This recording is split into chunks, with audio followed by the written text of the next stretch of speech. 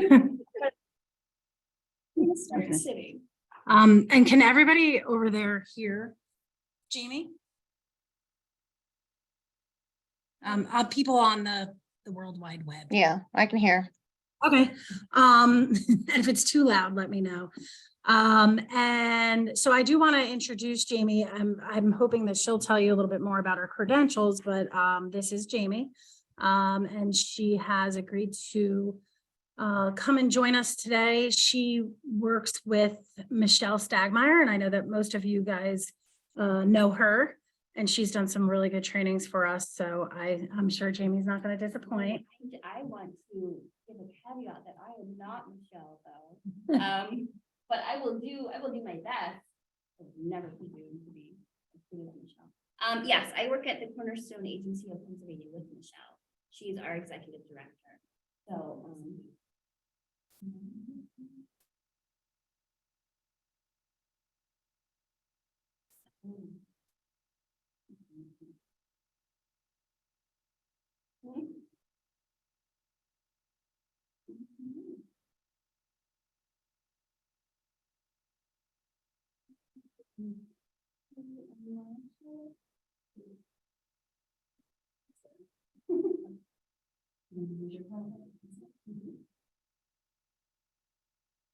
Okay. No, take your time.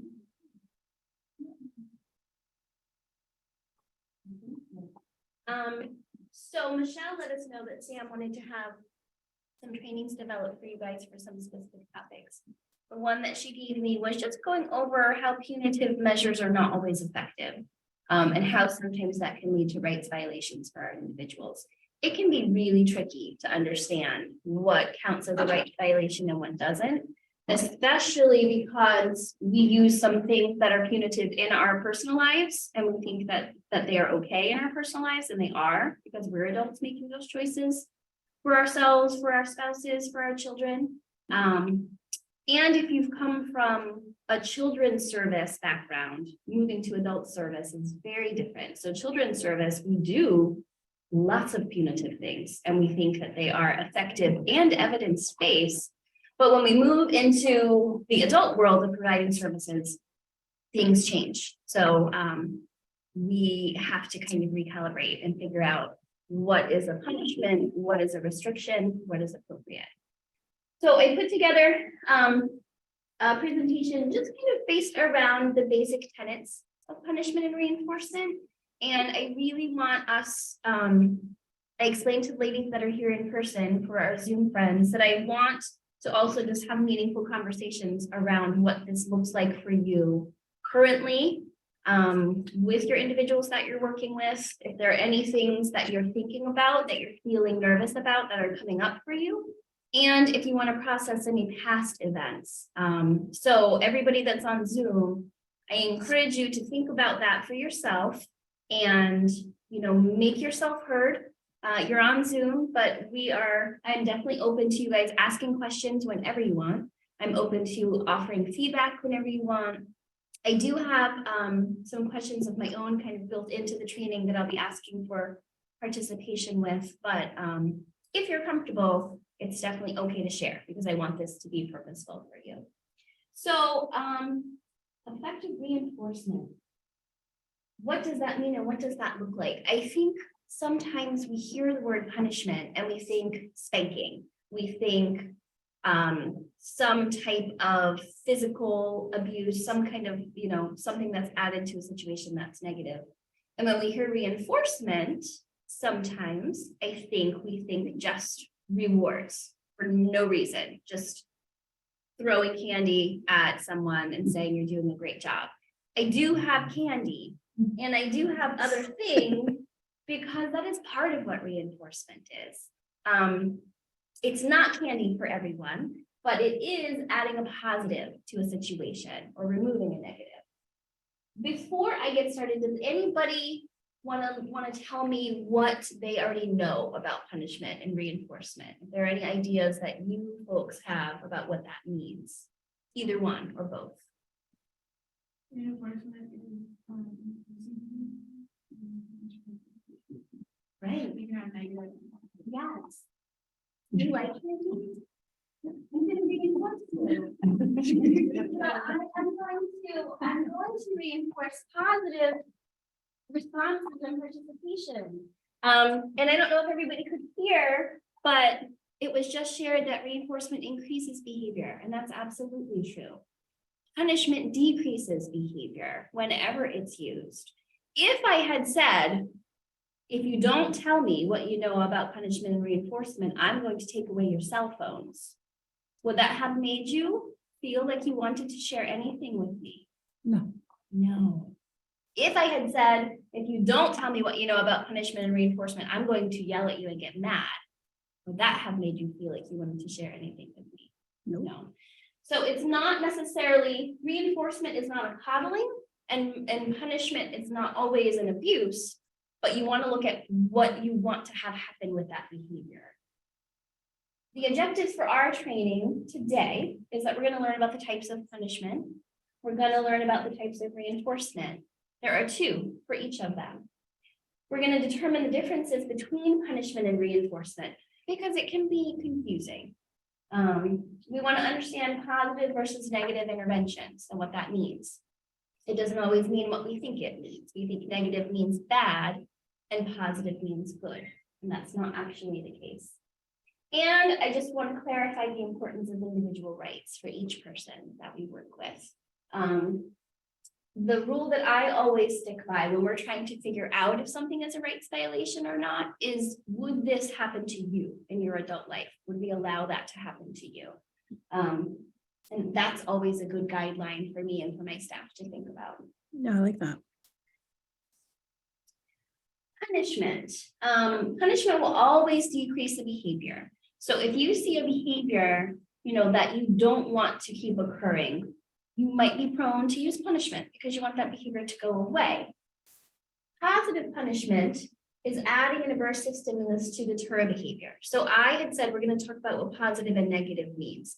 Positive just means you're adding something to the situation every time. Negative punishment is removing a pleasant stimulus to deter a behavior. So negative means we're taking away. The examples that I gave you guys, if you didn't respond to me and I would add yelling, that would be an addition of something that was aversive to you. Unless you like people yelling at you, then it would not be a punishment. The example that I gave with removing your cell phones, I'm assuming that you all feel connected to your cell phones. That's how we keep in touch with people. That's how, we kind of use that during our day. So I assume that is something positive for you. So a negative punishment would be removing that because you like that. Does that make sense to everybody? Yeah, absolutely.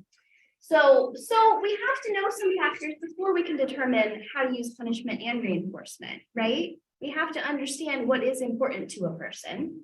If I have candy here and you don't like candy, that's not going to be reinforcing. So something at the beginning of determining what any of these interventions look like would be doing a preference assessment, asking your individuals what they like, what they're motivated by, what they don't like, so that way you have that background information. Those are some foundational pieces that we want to know before we put anything into place, right?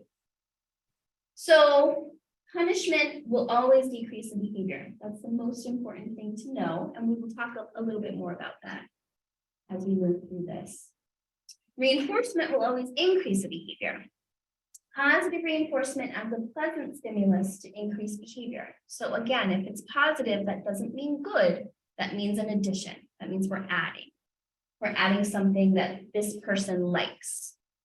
A negative reinforcement removes an aversive stimulus to increase the behavior. So we're taking away something that they don't like. We're going to remove something that makes them uncomfortable or that makes them feel nervous, or even something that maybe is physically harming them or hurting them. Can anybody give me, now that I've kind of gone over that broad view, can anybody give me any examples of times that you use these different types of reinforcements or even punishments? I'm trying to think. I think we all use positive reinforcement without even thinking about it. Yeah. Most of us. do, because it's like second nature now. Every day we do. If someone calls you and you answer the phone and you talk to them, that's positively reinforcing. If somebody says hi to you and you look at their face and you say hi and you smile, that's positively reinforcing. If you don't, then that is punishing, right? If somebody says hi to you, no, if you say hi to someone else and you're excited to see them, you say hi, they walk right past you, that is a form of punishment. And it's not something that you're thinking about. It's not something that's really on a conscious level, but it is something that's going to decrease that behavior. And all of these things happen on a daily basis that we don't think about very often. How our interactions with other people affect them. If somebody's looking for attention from us and we do not give that to them, that is going to be punishing in those moments. It's going to make certain behaviors change. It might make them increase if they really, really want that attention and we're not able to give that to them. But what it doesn't do is teach them what we want them to do, right? So the other important thing about punishment is that it doesn't teach any new skills. So these are the differences that I came up with. There's probably more than that.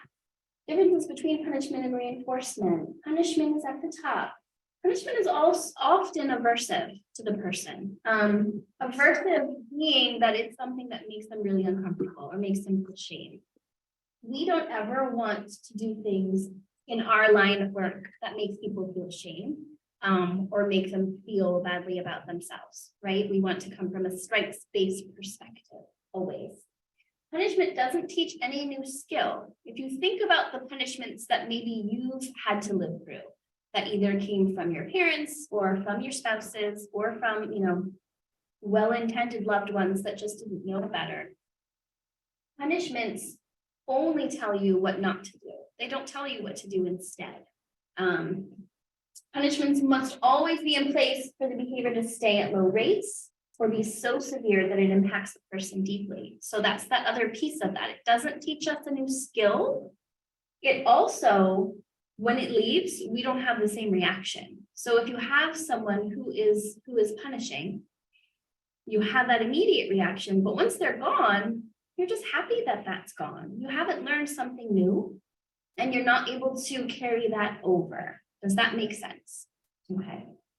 If punishment is stopped, the behavior often reoccurs. And if you think about that just in terms of, sometimes I think we always focus on the parent-child relationship when we're talking about punishment. If a parent is saying, if you don't do this, I will do this, that is very rarely effective, right? If the parent stops having that as a contingency, if the parent lets the child do what they want to do, without teaching them new skills, without giving them explanations and giving them some new information, then they are going to do what motivates them. We're all going to do what motivates us. As opposed to that, reinforcement teaches new skill that lasts. When you're using reinforcement, you are increasing a behavior that you want to continue. So they know this is appropriate, this is what I should do, this is what is expected of me. And this is paired with something I really like. So this also is really rewarding to me in a meaningful way. Research shows that skills taught with reinforcement last for longer periods of time and generalize to other places and people. We don't need reinforcement to constantly be there. The way that we can effectively really positively reinforce behavior is at the beginning, we provide a lot of reinforcement for something that we're trying to modify. And that becomes generalized. If they understand, okay, every time I do this, I'm going to get a high five. I'm going to do this a lot. The need for the high fives will lessen because they're getting satisfied. They're having their needs met. And they understand that that's being reinforced for them. And then you can titrate out of that reinforcement needing to be there until eventually, over time, that behavior is then internally something that they're motivated to do because they understand that this has always led to a positive outcomes, if that makes sense. I think that speaks for consistency with staff. Yes. Because if you consistently have staff that are all reinforcing the same thing, then you're gonna have better results. But if you have some staff that are reinforcing something and some staff that are not reinforcing it, then you're not necessarily gonna have the same results. So consistency across the board, following behavior support plans, things like that. I think, I mean, I know you know, being a behavior specialist, I think you know that that is definitely Right. better. Consistency is key. That's a really good point. Consistency is key across staff members, across different days. I know that we have different feelings every day. Some days are harder than others. We bring that into work with us. But the folks that we're working with just see what we present to them. So in order to be really effective with these interventions is to try to stay neutral. And try to follow interventions in the way that everyone is following the interventions. That's why the behavior plans are written the way they are, so that everybody has the same idea of what needs to be delivered, so that everybody is doing the same thing. If we are consistent for a week and then we have a bad day, we're not able to reinforce, we're not able to do whatever is needed in that plan or for that person, that sets back all of that progress that you made in that week for that individual. And that actually makes it a stronger likelihood that the behavior will not be modified, because now they understand, oh, wait a minute, something has changed. So even though I'm doing this behavior that's being asked of me, I still am not getting reinforced the way that I need to be consistently. So maybe it doesn't matter. So just be really mindful about that. Consistency every day, every session, every shift. And if that sounds overwhelming, it's because it is. Because we're human too. And this is our job, and we have lots of things that we carry into our job with us. But hopefully that's where coworkers and leadership can support, and making sure that you're having some moments of self-care, so that when you get into those situations where it's hard to positively reinforce, that you're able to do that. I think also the behavior change, we follow them as much as we can, and we don't see changes. And yesterday was a prime example of something that happened to me all these months, and suddenly it was like this huge change in this individual that just happened, like an epiphany. After doing what we were supposed to be doing for a very long. So they work really well, just not immediately. Right. And sometimes it's really tough to wait for that Right. results. Yes. That's gonna get there, but not in the next 10 minutes. Yeah, that's a really good point. It takes a long time to form habits. It takes years to form habits. So if we're coming in and trying to modify behaviors, we need to give ourselves and give our individuals grace and understand it's going to take a long time to change them. Because those habits that they've already formed are ingrained. So yes, remembering that it's going to take a long time, sticking with the plan, talking with your behavioral consultant, talking with that person and saying, hey, this intervention isn't working. Can we look at this again? Can we try to figure out something else? And then you can determine if it's just a need for more time and more space, or if this isn't really something that's effective, then we can change it. BSP plans are supposed to be fluid. They're supposed to be living, breathing documents. So always feel comfortable, whether you're working with Cornerstone or any other agency, always feel comfortable saying to your behavioral consultant, I don't understand this. This didn't work in this situation. I'm not able to be consistent. I'm not having success with this, and have those conversations with them, because that is part of what they are there for. And a lot of time too, the document can be some trial and error. So hopefully they're explaining that to you too.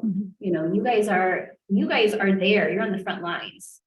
We are putting together these documents and you're carrying them out. So we are all a team, and every member's input is important. So if a behavioral consultant has an idea of something, and you're finding that that is not the case, it's definitely okay to tell them that and say that you need changes. Yeah. But yes, definitely remember that it is going to take time. Some people, it can take years. Some people, it's quicker because they're happy that someone just finally sees them and somebody finally acknowledges what they need. So every individual is different. Thank you for sharing that. Okay, so some examples here are just typical examples, typical punishment. Jenny lies to her mother. Her parent says no TV for a week, hoping that this has the impact to decrease the lying behavior in the future. Typical reinforcement. Jenny gets an A on her test at school. Her parent takes her out for ice cream to celebrate. We're assuming she likes ice cream, so that will increase her behavior in the future. Not so typical examples.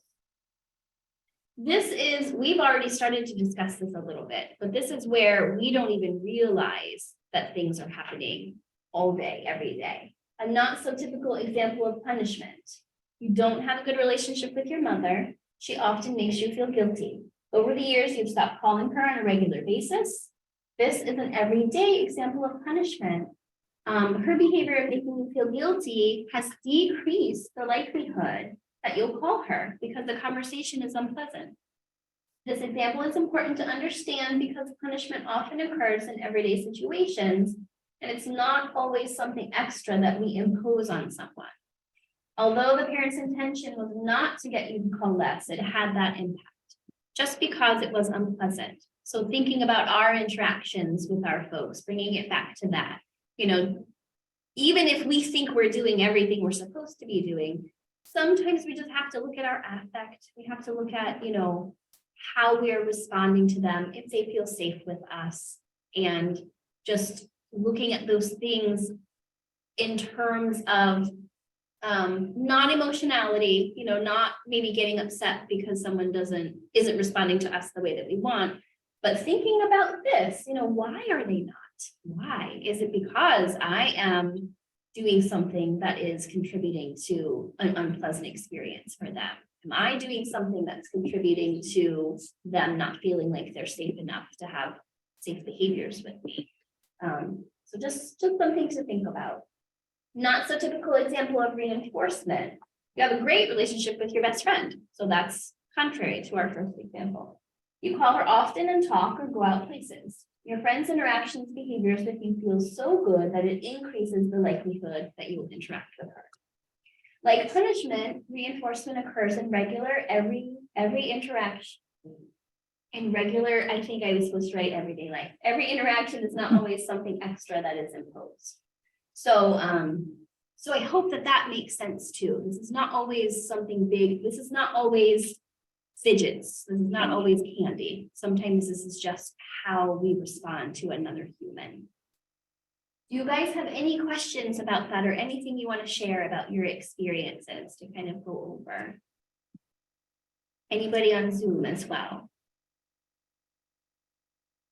I have an example of punishment. So I used to work at a hospital school, and one of the kids had autism, and he was working on some of his words, and he said a word that we were working on, and I was amazed by it. We had worked so hard on it, and I kind of reacted in my facial, it was too much for him, so he kind of regressed for a little bit, and so we had to I had to work on my reaction when he said words to not kind of freak him out. So that was just kind of missing. What a good example. Yeah. Yes, because you would think to other people that would be reinforcing. But for him, it was Too much. Yes. Yeah. A great example. Thank you. I want you to have a fidget. Oh, I need to earn from it. Forget the candy. I'm all about the fidgets. Back to, is this what this person needs, or is this what I think this person needs? And those are very different things. We can have good ideas about what people need, and not really know. And that wasn't anything that you intentionally did. That was just your own reaction. So that also was punishing to you, because then you changed your behavior. You realized I need to stay more neutral. So that decreased that behavior for you too. So it's a give and a take. Thank you for sharing. Next, I have a video for you guys to watch that just illustrates what I've been talking about. And I had an idea to do this activity, but it does describe at the end of the video. I think we still can. I wasn't sure how many people we would have. I think we still can, but I don't know how it will translate to Zoom. So we'll talk about that. If the video works. I'm curious how it'll play.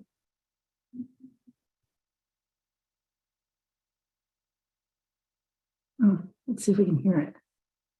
How about we can. Okay, so why don't I'll mute this and then you unmute yours. Let's try that, please.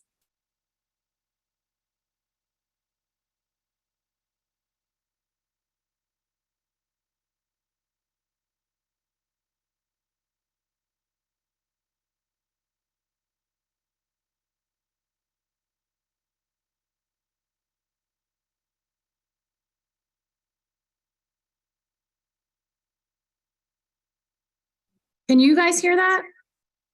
No. Okay. Do you want me to? No. Okay, do you want to what? I'm sorry. Do you want me to go past that? We can move past that, or I can give them the link.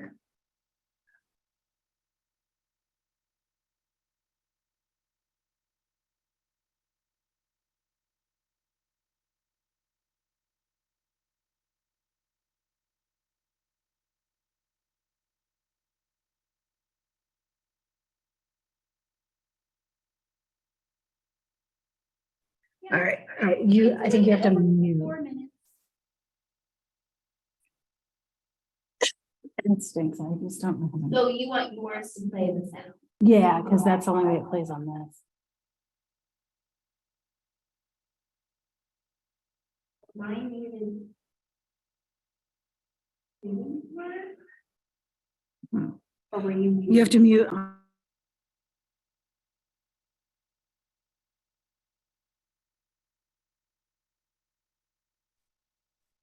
Let's see.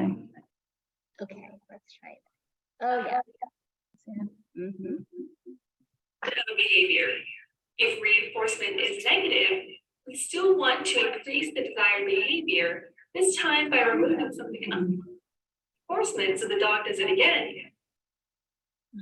Or punishment so the dog stops. Both reinforcement and punishment can either be positive or negative, which means we have 4 possible ways to teach this dog a lesson. We can draw the 4 options in a table. If reinforcement is positive, we add something pleasant, like a cookie, to increase the likelihood of a behavior. Still want to increase the desired behavior, this time by removing something unpleasant. I also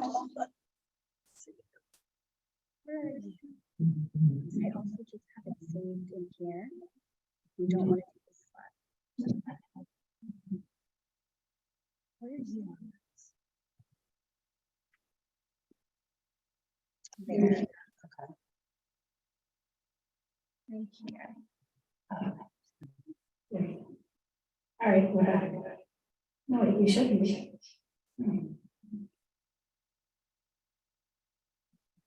What about now?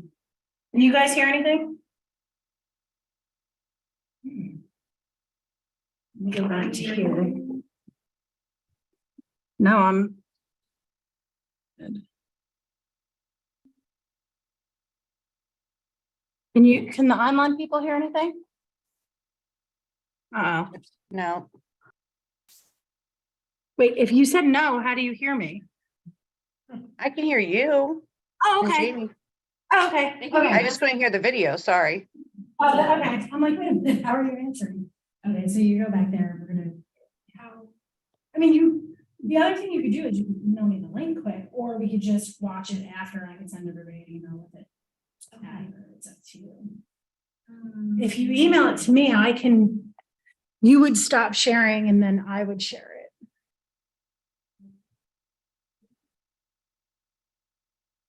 Oh, I could just type, oh, okay, hold on. Let me go into YouTube. Type that in. Okay, wait, hold on. YouTube. What's the title?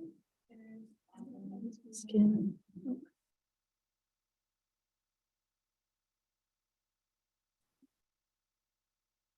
You have it in your inbox. Oh, yeah. I do. Oh, okay, if I have it in my inbox, that's easier.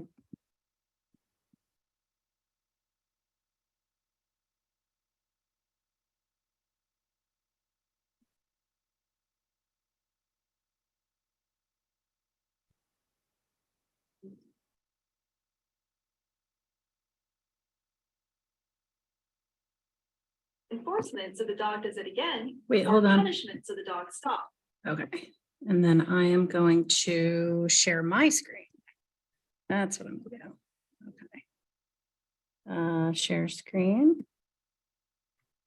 And I'm going to share this. And okay, look at that. You guys can probably see it now, right? Can you guys see? Everyone on Zoom. Can I see it? Yes. Okay. Yes. And I'm gonna Yeah. play it for a second. Conditioning is Did you hear that? based on the idea that we can increase or decrease Did you use that? Can you guys hear that video? I can hear it. Okay. certain behavior by adding a Then it's not on the screen. For example, Thank you. if a dog poops on a carpet, we can either provide reinforcement so the dog does it again, or punishment so the dog stops. Or You guys can hear that and see that, correct?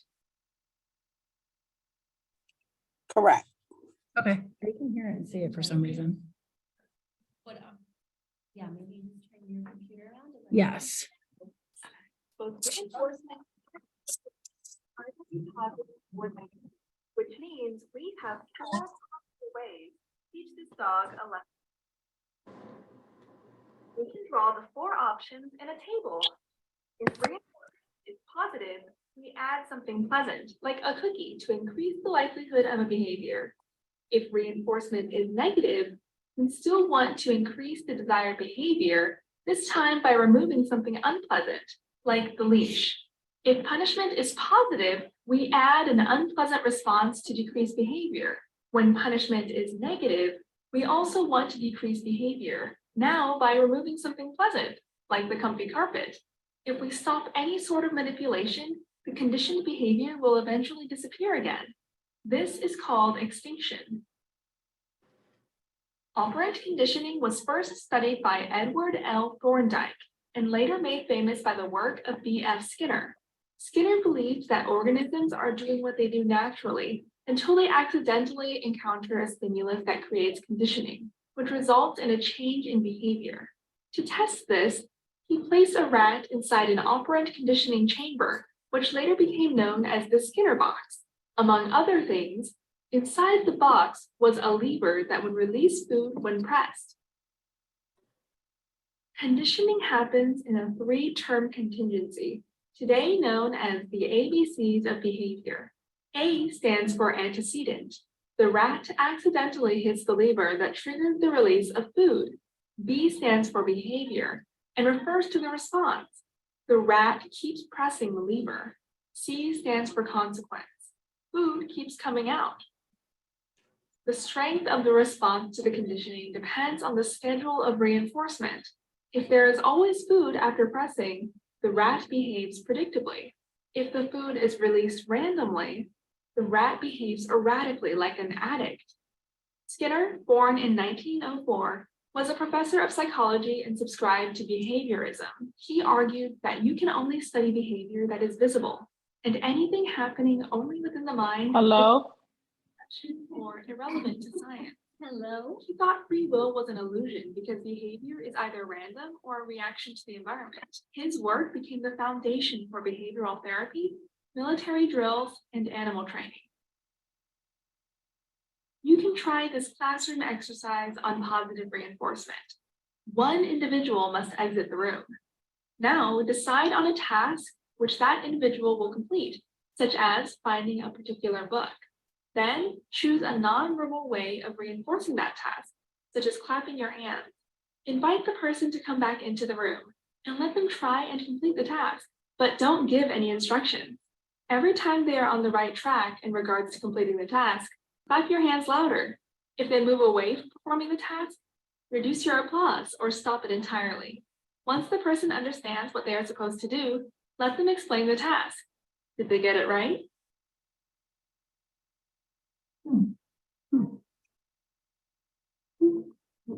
Okay. So that's something that I wanted to do with you. I think I'm not in here. First one person. I have in a psychology class. That's what I'm thinking about, because when that first happened for me, that like a switch went on in my head. I think it was a psychology class, that we could shape this behavior without telling the person even what the behavior was. So that was a really powerful example for me of how positive reinforcement helps, as opposed to punishment.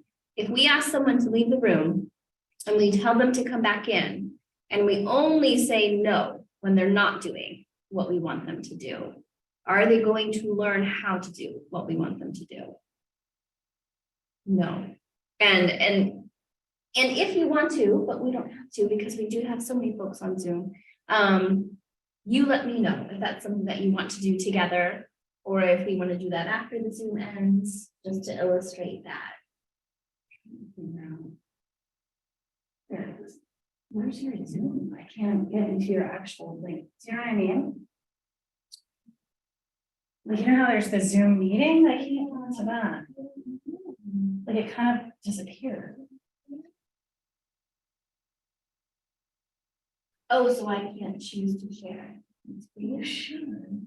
Can you guys see her PowerPoint? I think they can. Yeah. Can you guys, you can. Oh, okay. She's sharing. Okay. I wasn't sure if she was still. Thank you.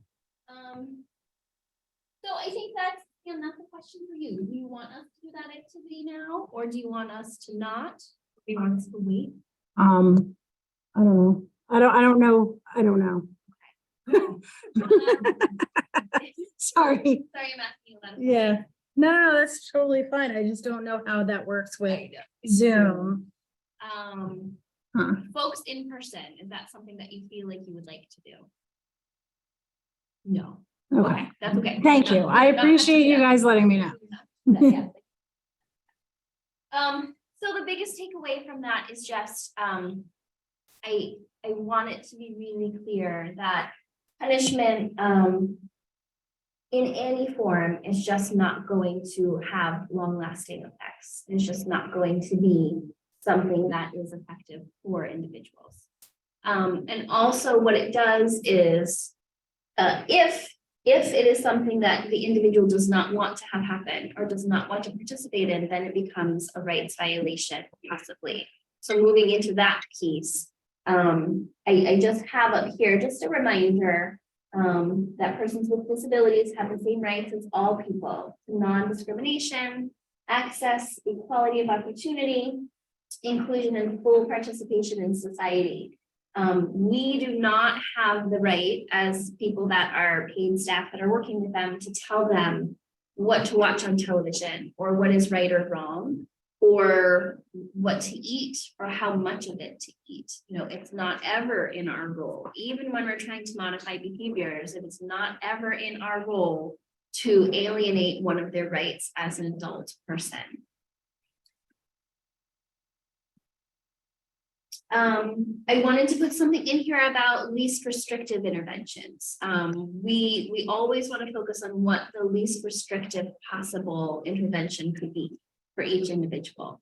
And what that means is that it is just providing services to the minimum. We always want to increase independence. We always want people to feel like they're successful. So least restrictive means that we're going to be the most hands-off that we can possibly be while they're still being safe. Some examples on here, that I just wanted to throw out are redirection. We can always try to re-engage a person in a different way. Things are not going the way that we think that they should. counseling, talking to someone, giving one-to-one intervention, which is just providing attention, providing, eyes on a person if they just want to be seen. Decreasing environmental stimuli, like you had mentioned, like sometimes our individuals get so overwhelmed, and if they're not able to tell us that they are overwhelmed with their verbal skills, they're going to show us with their behaviors. Hitting is communicating. Yelling is communicating. Breaking things is communicating. When those behaviors are happening, those people are telling us that they do not want this. They do not like this. So even though we don't enjoy communications that are hurtful to us, possibly, we still have to figure out what they mean, what they're for, and respond in kind. Sometimes just turning down the TV helps. Sometimes maybe adding soft music helps. Offering a quiet space, offering a warm blanket. Some of those things can be really helpful, and they are not punitive. Making sure there's a quiet atmosphere, if that's what your individual likes and needs. Giving visual supervision. You don't have to always insert yourself into situations. It's okay for behaviors to occur and for you to watch and just make sure they're safe. And of course, all of this is individualized to your folks and your plans. Approaching an individual in a calm, unhurried manner. We all pick up the energy of other people that we're around. Whether we intend to or not, we all give out different kinds of attitudes and energies. So making sure that when you're working with your individual, that you are trying to be neutral, you're trying to be calm, you're trying to be relaxed so that they feel like they can be like that as well. Diversional activities, things that they like. We all have things that we like, and we are able to use them whenever we see fit. We do not have people telling us how much screen time we can have. We do not have people telling us that we're not allowed to look at our phones instead of looking at other people. So some of that is just using empathy to determine what's going to make them feel better, and understanding that that is always okay. That there's not any kind of timetable we have to follow that is good or bad in terms of how much they're engaging in these behaviors that are calming to them. Just like we don't do that with ourselves. If I have had a rough day, then I need to go home and watch some garbage television, and I can watch Love is Blind, and I can relax, and I can eat snacks, and I don't have anybody, looking over my shoulder and telling me that that is not the appropriate way for me to respond to the frustrated feelings I'm having, right? Do you guys have any questions about anything I've talked about? Anything else that you want me to address or give you feedback on? I'm trying to think of like specifics in regards to people that we support. I mean, I do want to reiterate where you said that if people think that something isn't working, to talk to the behavior specialist about that. I think that a lot of agencies don't encourage that. And I think that I know we're not one of those agencies. And I think it's really important for staff. What we ask is explain to the behavior specialist, explain to them what you tried, how you tried it, and give them examples so that they can say, okay, maybe we can just tweak this a little bit. Maybe we can still use this tool, but maybe we can do it differently. So I just think encouraging staff, I would like to encourage staff and let them know on a management perspective, we are okay with you bringing that to the behavior specialist. Do you have a voice? Speak up and say that I don't know that this is working. This is what I've tried. Am I doing it properly? Am I not doing it properly? Or is this not working? And I encourage staff to do that. Right. And those conversations should be happening on a weekly or bi-weekly basis anyway. So if that's not happening, that's something you can bring up to your behavioral consultant. They are there. I've called if I had a really tough time with someone and let the BS know what happened. So next time they met, Yes. Yeah. they had kind of like a target conversation Yeah. about that particular day. So, so we would all know what Right. to do differently. Right. 'Cause like you said, sometimes it just doesn't work. Yeah. And it's either I'm doing it wrong, and I know I show all my emotion in my face, No matter how I try to be like neutral. Yeah, that's It- another whole training. Right there. Yeah. But that's been really helpful, and especially, and it's mostly Cornerstone folks. Yeah. They're so always there, Oh, good. you know, always there to help. But yeah, that's something that we really think is important to share with all of our teams. We have the team guidelines that we go over before we start behavioral services. Because we understand when we're coming into situations, sometimes teams think that behavior support is some kind of authority. You're the experts on this, you're in charge, you tell us what to do and we'll do it. And that's not ever how we want to look at that relationship with you or with individuals or with families. We want it to be a team approach. We want everybody is equal on this playing field. And I often think it is the opposite. I think you are the experts, the family, they are the experts. You are with these individuals way more than we are. So the information that you give us is so valuable because we don't see everything. We're not there as much as you're there. We're not seeing all of the interactions that you're seeing. So they should also be taking data on a regular basis and talking with you about that. That should be a part of what the behavior support does with you, that they check in with you as well. They check in with the teams. Sometimes that can't happen with individuals because they will hear what's being said and it will escalate them. So it can be creative, if you're emailing each other or you're calling each other at different times, then that's fine too. But that communication piece is so integral to making sure that everybody feels safe. And if you don't feel comfortable, you can also reach out to the to the program specialists, Michelle and Morgan, and talk to them about what you've tried and how that's working or how it's not working. And they communicate with the behavior supports very frequently. And then also I know that they put some checklists and some data forms and things like that in the houses. And it's important that you're not just, it's very easy to go down a checklist and just check a box, but it's important for you guys to make sure that when you're looking at these forms that you're actually thinking about it and you're actually completing the form accurately, or else we're not giving the behavior specialist the proper tools to be able to determine whether or not what they're using or doing or suggesting is working. Yeah, that's And a a really lot of good point. what we use is the ABC data, so like, it gives us like a full picture of what the behaviors are, and then we can share it with you guys. Yes. Yeah, ABC data is super important, especially at the beginning, and especially if anything changes. So that way we can see what's happening at the beginning and at the end. Because even if we think we have an idea, it's not always what it seems to be. So we need to have that really clear picture. And I don't know if I'm just speaking for myself, but I hope everyone says this to you. I don't care how data comes to me. I don't care if you write with crayons on a piece of paper that you find, as long as it is, as long as it's really what you observed, it's so helpful. It's so helpful to see that. You can text, you can call, you can email, like I said, if you want to write a whiteboard, however it gets to us, it doesn't need to look pretty. It doesn't need to even really look professional. It can just be raw information that we can help you to make sense out of. Because behaviors are puzzling.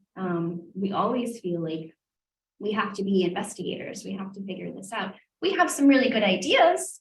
We have some really good tools and skills, but each person is different. So especially when there are extreme behaviors, when there are situations that you guys are at risk, we feel even more pressure then to make sure interventions are working, because we don't want that, to happen. We don't want you to have to continue to deal with really unmanageable behaviors.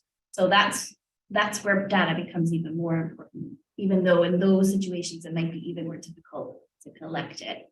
So make sure you're having those conversations with your consultants, that you're getting them what they need and they're giving you the feedback that you need. That is completely a two-way street. I do have a question. Do you have any advice for staff dealing with different people and the way that they react to conflict, in the sense of, if you're working with somebody and they are the type of people that need to process it, and rather than approaching that person, what they should be doing in, like, so let's say, let's say I'm at the dinner table and I was mad because I dropped my fork and I had a behavior because my fork fell on the floor, and, in your head, you want to solve that problem by being like, oh, well, there's another fork. We'll just pick this one up. We'll throw it in the dishwasher. No big deal. Here's another fork.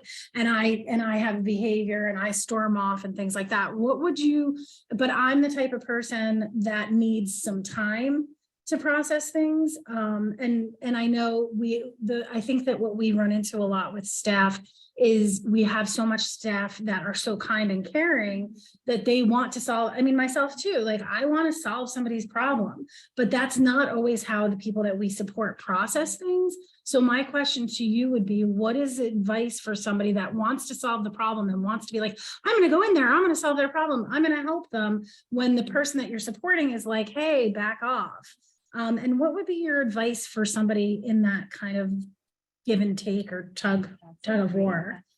I think in those situations, if they're able to verbalize, then you always ask if they want to talk about it, how they're feeling. How did that make you feel?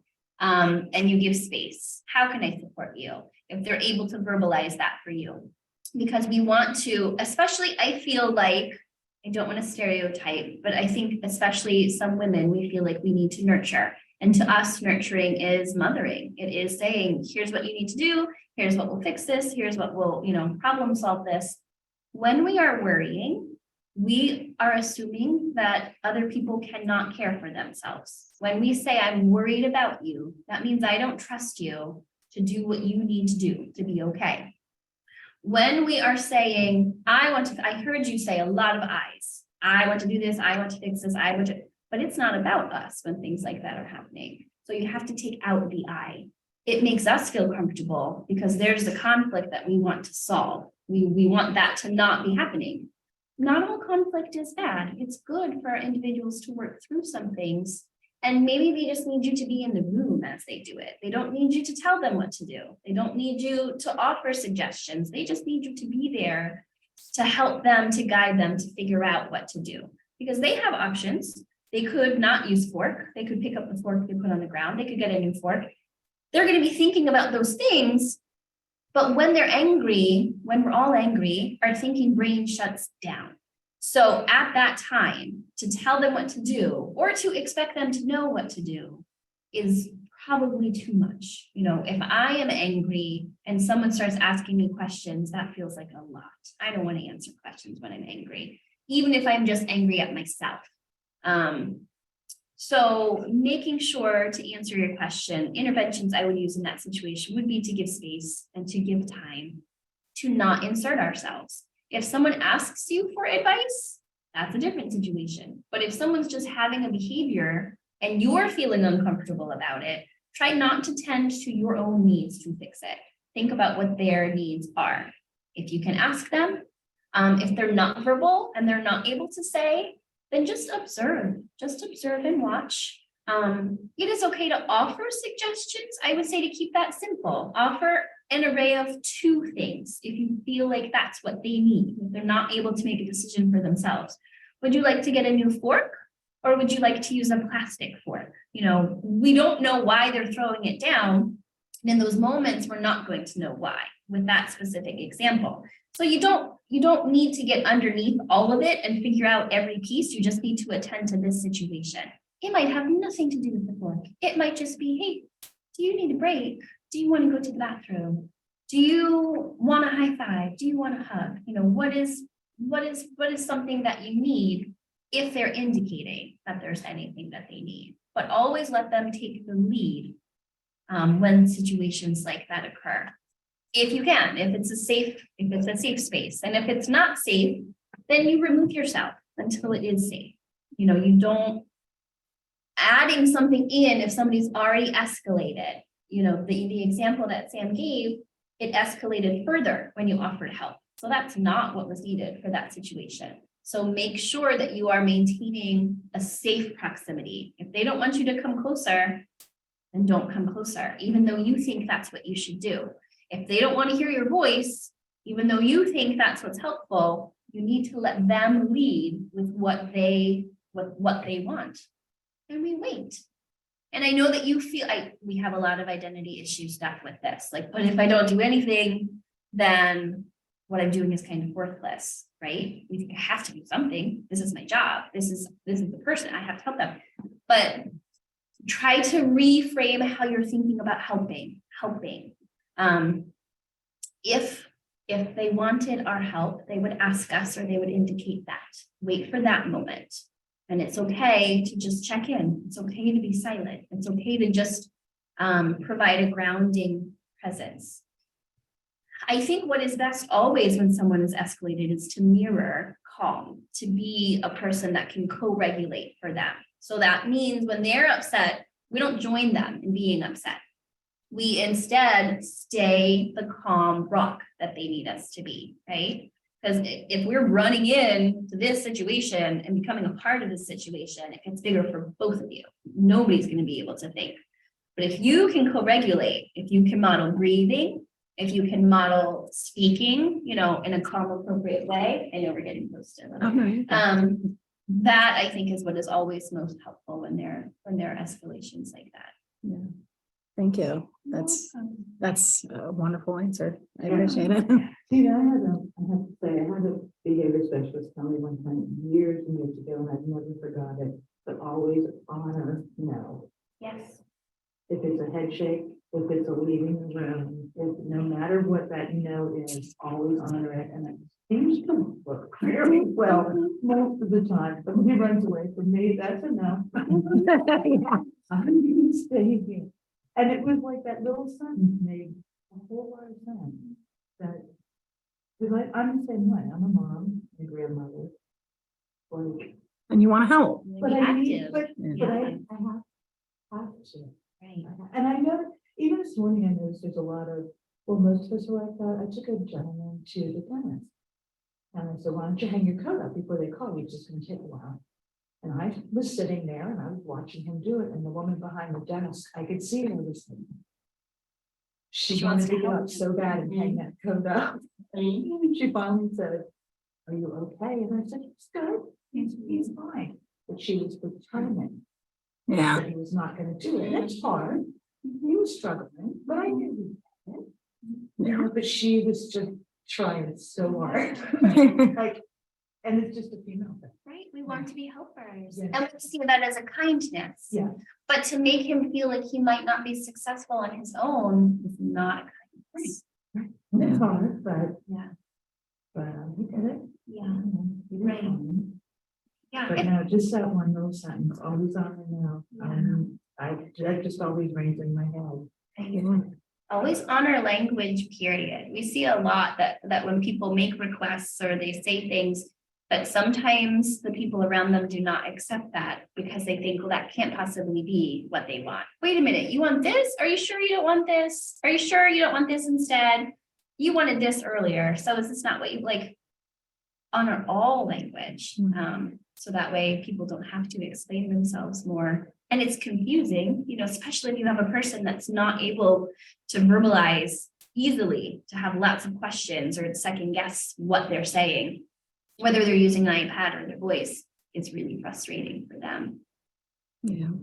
Yeah, thank you for sharing that. I think you always want them to feel like they can do things. And we think that we are helping when actually we're enabling them to not do things. We want them to know that we believe in them, that we hold them to a higher standard than other people have held them to, and that they can reach that we're going to help them in that way, that we're going to support them to reach those standards. So they don't need us. We always say that we want to work ourselves out of a job.